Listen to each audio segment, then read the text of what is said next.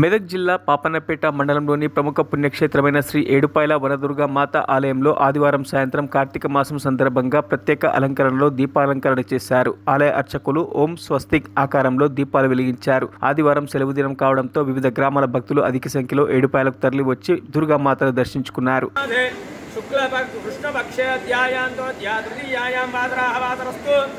शुभवासरे इंदुवासरे शुभवासरे शुभनक्षत्रे शुभयोगे शुभकरण एवं विशेषण विशिष्टायान श्यामस्थैर्य धैर्य वीर्य विजय भयागिरारोग्य ऐश्वर्या विशाल प्रदोषकाल समये